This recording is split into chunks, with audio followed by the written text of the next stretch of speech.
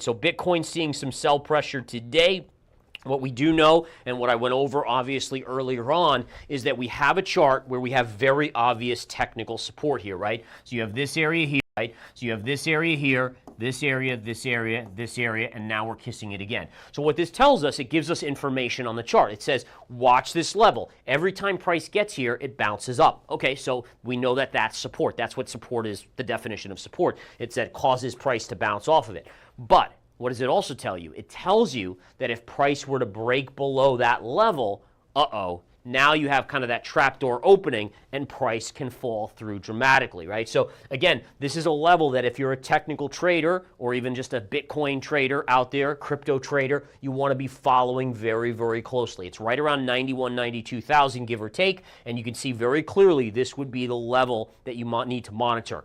On the upside, we know the 108 level. That was a level that I gave you guys early on here, and I said literally a month ago, watch for Bitcoin to go up to 108. When it hits it, that should be your major resistance. We've had about a 15% pullback. Now, I said this earlier today in the game plan, is that we can't claim victory yet that this is a longer-term high. And the reason why is because time will tell. So we have to be patient.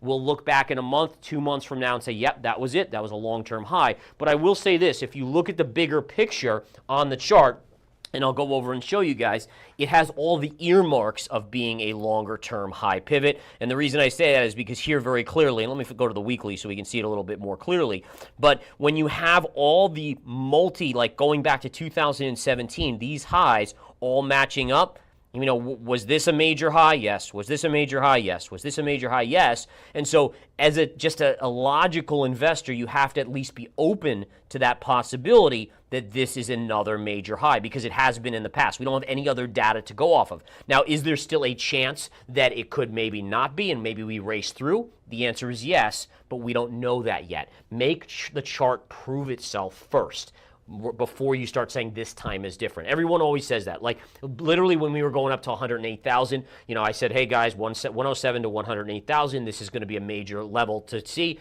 And then everyone's like, well, not everyone, but a lot of people, oh, this time's different. This time's different. That's what I've heard every single time. Every single time. And it might be. Maybe this is the different time, but we don't know that yet. And the key is, as a trader, I don't have the luxury to say, oh, this time is different, let me position myself. What I have to do is go with probabilities, because as soon as you take away probabilities and you don't use them, you're at the mercy of the market, at the mercy of emotion, and that is where, at least for me, I've taken my biggest losses when I lose my head in terms of logic. Logic dictates when you go with probability, you're putting odds in your favor. You essentially become the casino and not the gambler.